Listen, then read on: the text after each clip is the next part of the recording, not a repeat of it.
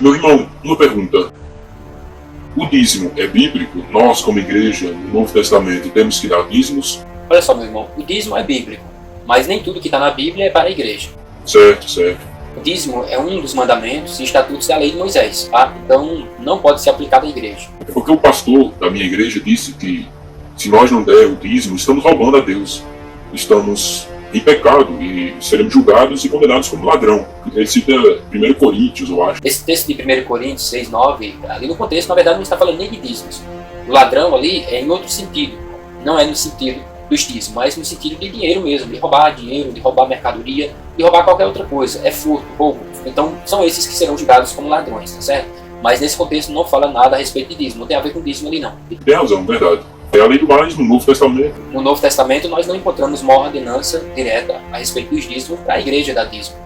Os apóstolos, os discípulos, e muito menos Cristo, de forma alguma ordenou a entrega dos dízimos para a igreja.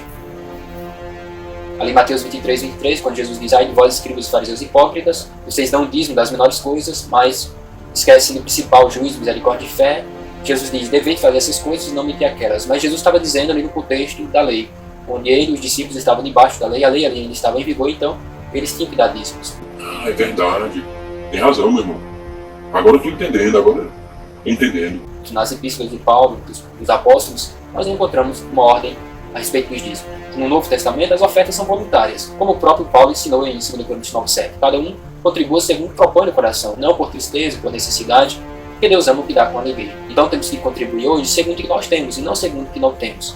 A Bíblia ensina isso. Porque realmente o texto lá de Malaquias está falando sobre o povo de Israel, não é isso? Em Malaquias está escrito: com maldição sois amaldiçoados vós, toda a nação. Não as nações. Malaquias 4:8-10. Lá está falando de uma nação só, e não de muitas nações. Qual é a nação ali, no contexto? A nação de Israel.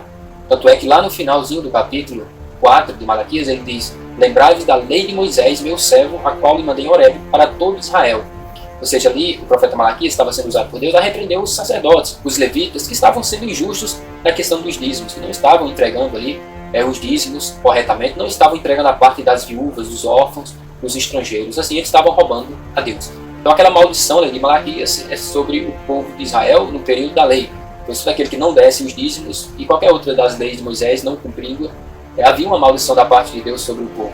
Mas no Novo Testamento não existe mais nenhum tipo de maldição sobre a igreja, porque Cristo nos resgatou de todas as maldições da lei, como está escrito lá no livro de Gálatas, né? Espero que tenha lhe ajudado, espero que você tenha entendido, mas essa é a verdade bíblica. No Novo Testamento não há uma ordem a respeito dos dízimos. No Novo Testamento, o que Paulo orientou à igreja, ou às igrejas, é que cada um contribua segundo o que propõe o coração, não por tristeza, necessidade, mas com alegria, com amor, porque Deus recebe, Deus aceita tudo aquilo que oferta com amor e com alegria, tá certo?